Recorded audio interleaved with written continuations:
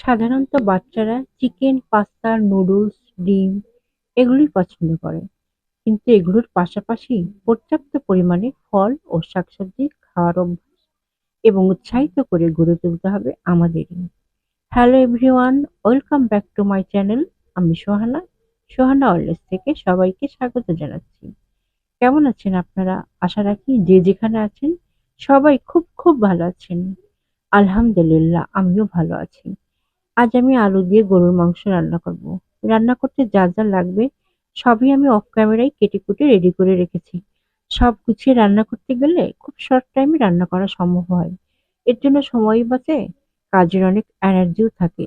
সংসারে রান্না করা ছাড়া তো আরো অনেক কাজ থাকে। এভাবে সময় বাঁচিয়ে মাঝে মাঝে অন্যান্য কাজে আমি হাত দিই।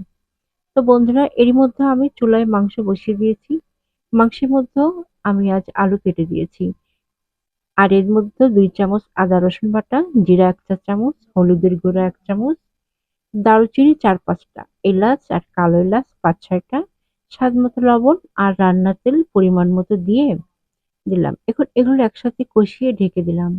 এদিকে আরেক চুলায় আমি চিংড়ি মাছ, শাক আর একটু বেগুন দিয়ে বসিয়ে দিয়েছি। চিংড়ি মাছটা আমি আগে হলুদ লবণ দিয়ে মেখে রেখেছি। তারপর পেঁয়াজ, রসুন, কাঁচামরিচ কুচি করে দিয়েছি। স্বাদমতো লবণ আর পরিমাণ মতো রান্নার তেল দিয়ে দিয়েছি। কিছু কিছু ভিডিও দেখানো আমি স্কিপ করে যাচ্ছি, কারণ সবকিছু দিলে ভিডিওটা লং হয়ে যাবে, তখন পুরোটা দেখতে আপনাদেরই বিরক্ত লাগবে। এদিকে গল্প করতে করতে দেখি মাংসটা শুকিয়ে গেছে, তাই ঢাকনাটা খুলে আর একটু কষিয়ে পানি দিয়ে ঢেকে দিলাম। কিছুক্ষণ আগে আপনাদের কমেন্টস গুলো পড়ছিলাম। আমি সব কমেন্টস গুলোর অ্যান্সার দেওয়ার চেষ্টা করি, কারণ কমেন্টস পড়তে আমার খুব ভালো লাগে আর অ্যান্সার দিতে আরো ভালো লাগে। একটা কমেন্টসে মাহবুব আলম রিমন ভাইয়া আমাকে আশীর্বাদ করে দিয়েছে। কেউ আমার শুভকামনা করলে কিংবা আশীর্বাদ করলে কেন জানি আমার চোখে পানি চলে আসে। উনি লিখেছেন, অনেক সুন্দর করে কথা বলেন আপনি। দোয়া করি এগিয়ে যান। রিমন ভাইয়া, আপনাকে অনেক অনেক থ্যাঙ্কস এবং আপনিও অনেক ভালো থাকবেন। আর একজন লিখেছেন, গড ব্লেস অলওয়েজ পো। রেস্ট্রিক্টেড বাই স্যামসাং থেকে আপুর কমেন্টস করেছেন, আপনার ভিডিওগুলো আমার অনেক ভালো লাগে। প্রতিদিন নতুন কিছু জানতে পারি। গানের গলাও ভালো। আপনি আপনার লক্ষ্যে পৌঁছাতে সফল হবেন ইনশাল্লাহ। থ্যাংক ইউ সো মাচ আপু।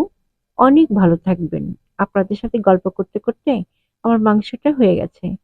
চুলাটা বন্ধ করে দিলাম আর সার্ভ করার পালা এবার। বন্ধুরা, আজ এ পর্যন্তই।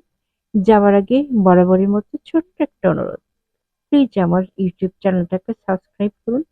আর পেজ থেকে দেখে থাকলে ফলো আর কমেন্টস করতে ভুলবেন না। আপনাদের একটা কমেন্টস আমাকে অনেক উৎসাহিত করে। আর ছোট্ট একটা লাইক। আসসালামু আলাইকুম।